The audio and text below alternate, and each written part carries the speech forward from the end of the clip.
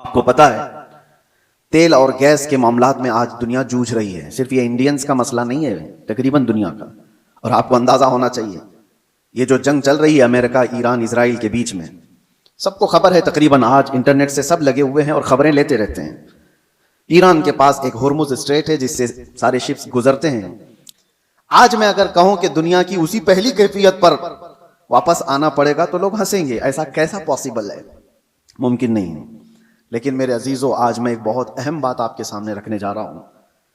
ہو سکتا ہے دنیا اسی پہلی والی کیفیت پر واپس آ جائے گی, اسی کیفیت پر جہاں سے شروع ہوئی تھی. آج کے حالات دیکھ کر یہ لگتا ہے پیٹروٹ میزائل اور نیوکلیئر ویپنز کے ذریعے سے پوری دنیا ایسی تباہ ہو رہی ہے.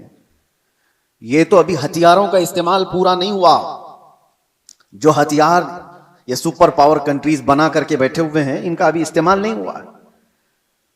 1945 میں جو نیوکلیئر کا استعمال ہوا تھا اس کا اثر آج تک ہوتا ہے جاپان میں, ناگاساکی اور ہیروشیما میں.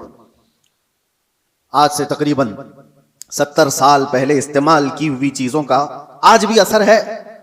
نسلیں وہاں کی لنگڑی لولی ہیں, زمین بنجر ہے کہ کبھی سبزہ نہیں اگے گا. اور اس زمانے میں بنایا ہوا وہ نیوکلیئر ویپن تھا. 70 سال کے بعد تو ٹیکنالوجی بہت آگے بڑھ چکی ہے. آج کے ان کے پاس جو نیوکلیئر ویپن ہیں, جو دانشور بتاتے ہیں کہ ایک کنٹری ہی جس کے پاس نیوکلیئر, امریکہ ہو یا رشیا ہو, وہ 9 بار دنیا کو تباہ کر سکتے ہیں. پوری دنیا کی بات کر رہا ہوں. اتنے ہتھیار وہ جمع کر کے رکھے ہوئے ہیں. ان کا تو ابھی استعمال نہیں ہے, بڑے بڑے میزائل کا ابھی استعمال نہیں. لیکن میں آپ کو جو بات چھیڑا کہ کیا دنیا واپس اپنے پہلی کیفیت پر آئے گی, میں آپ کو بہت کوئی پیشن گوئی کرنے والا, پریڈکشن کرنے والا, اس انداز میں بھوشمانی کرنے والا اس انداز سے نہیں بتا رہا ہوں. قرائن اور قیاس, آج ایک ہی انرجی پر آپ کی روک لگا دی جائے تو دنیا میں ہماری زندگی ٹھپ پڑ سکتی ہے. آپ کو پتا ہے تیل اور گیس کے معاملات میں آج دنیا جوجھ رہی ہے. صرف یہ انڈینز کا مسئلہ نہیں ہے, تقریباً دنیا کا.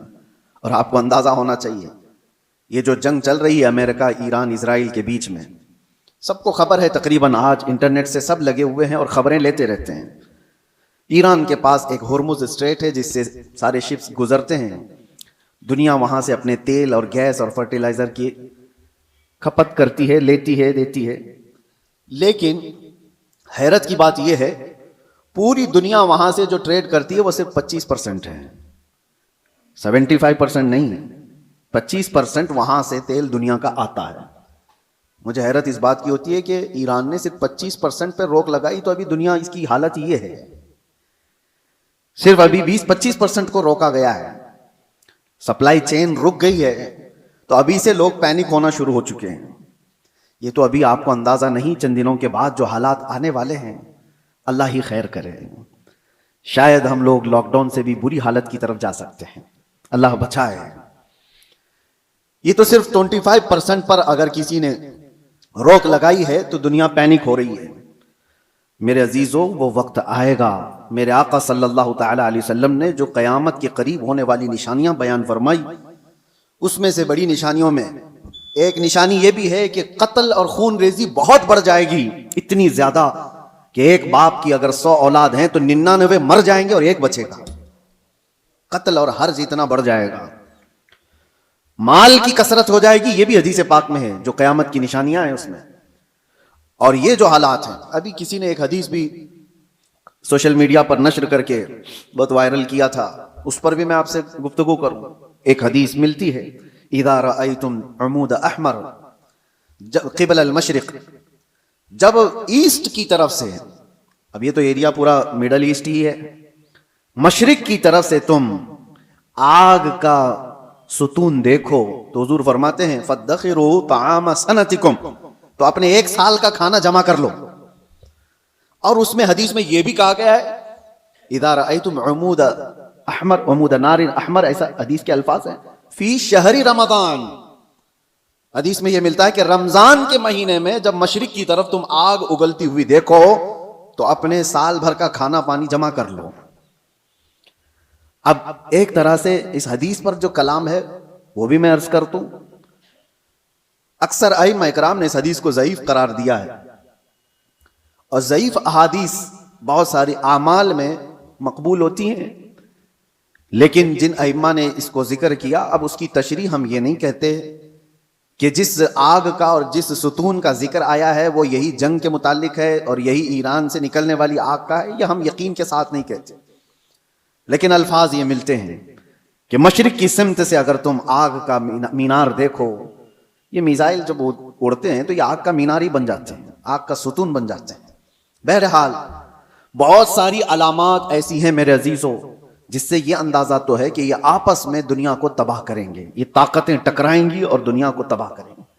عام لوگوں کی موت کثرت سے ہوگی، بڑے لوگ اپنی اپنی سیکیورٹی اور اپنی حفاظت کا انتظام کر کے بیٹھے ہوں گے، عام انسانوں کو مرنے کے لیے چھوڑ دیا جائے گا۔ جنگوں میں سب کی تباہی ہے، کہنے کو تو امریکہ کل اعلان کر دے گا کہ ہم جیت گئے، جیت کس بات کی ہے؟ کیا انسانوں کے ہزاروں قتل کے بعد کوئی جیتتا ہے؟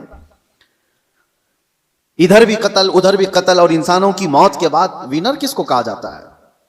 یہ تو صرف اور صرف اپنے نفس کو بڑا بنانے کا ایک ذریعہ ہے، باقی جیت کسی کی نہیں ہوتی جنگوں میں۔ مرتے ادھر بھی ہیں، مرتے ادھر بھی ہیں، ہاں اتنا ہے کہ ادھر کم مرے ادھر زیادہ مرے، لیکن موت تو ہے۔ تو نا حق جو لوگوں کا قتل ہوتا ہے اور انسان اس میں مارے جاتے ہیں، یہ صرف اور صرف طاقتوں کے ٹکراؤ سے ہے۔ میں آپ سے ایک بات عرض کر رہا ہوں، اندازہ کرو کہ اگر دنیا نے تمہارے سپلائی چین کی نس کو تھوڑی دیر کے لیے روک لیا تو تم کیا کرو گے؟ ایک وقت وہ آئے گا جب مخبر صادق صلی اللہ تعالیٰ علیہ وسلم نے فرمایا قحط اتنا زیادہ ہو جائے گا کہ لوگ ایک دوسرے کا گوشت کھانے کی کوشش کریں گے۔ قحط سالی ایسی آ جائے گی۔ ساری قحط سالی کس کو کہتے ہیں؟ قحط ایک حدیث میں تو ملتا ہے کہ دجال کے آنے سے 3 سال پہلے پہلا سال ایسا ہوگا کہ زمین 1/3 حصہ سبزہ اگانا روک دے گی اور آسمان 1/3 حصہ بارش برسانا چھوڑ دے گا، اور دوسرا سال ایسا آئے گا کہ زمین آدھا حصہ سبزہ اگانا چھوڑ چکی ہوگی اور آدھا حصہ آسمان بارش برسانا روک دے گا، اور تیسرا سال ایسا آئے گا کہ زمین پورا حصہ سبزہ اگانا چھوڑ چکی ہوگی اور آسمان پورا ہی بند ہو چکا ہوگا، کوئی بوند قطرہ نہیں گرے گا بارش کا۔ اور اس وقت لوگ قحط میں ایسے مبتلا ہوں گے کہ ان کے پاس کھانے پینے کی کوئی چیز نہیں رہ جائے گی۔ یہ تو دجال کے ظہور سے پہلے کی علامت بتائی گئی ہے، لیکن کچھ روایات میں آپ کے سامنے یہ بھی رکھتا ہوں، جن چیزوں کے ہم ہیبیٹیٹ ہیں، عادی ہیں، ان چیزوں کے استعمال پر اگر روک لگی تو ہماری زندگی اتھل پتھل ہو جائے گی۔ آپ کو صرف ایسا لگتا ہے کہ گیس اور تیل کے رکنے سے کیا ہوگا، کسی انرجی انفراسٹرکچر پر حملہ ہونے سے کیا ہوگا؟ میرے عزیزو، آج جس سچویشن میں ہم ہیں ہماری زندگیاں پوری الٹ پلٹ ہو جائیں گی۔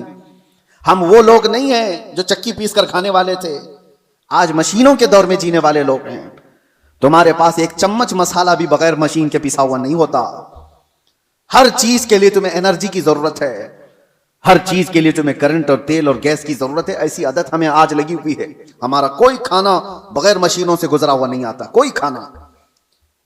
ہاں صرف اور صرف قدرتی پھل فروٹ کھا لیے تو الگ بات ہے، باقی سارے جو کھانے کے جو ہمارے عادات ہیں یہ بغیر انرجی پروسیس سے نہیں آتے ہمارے پاس۔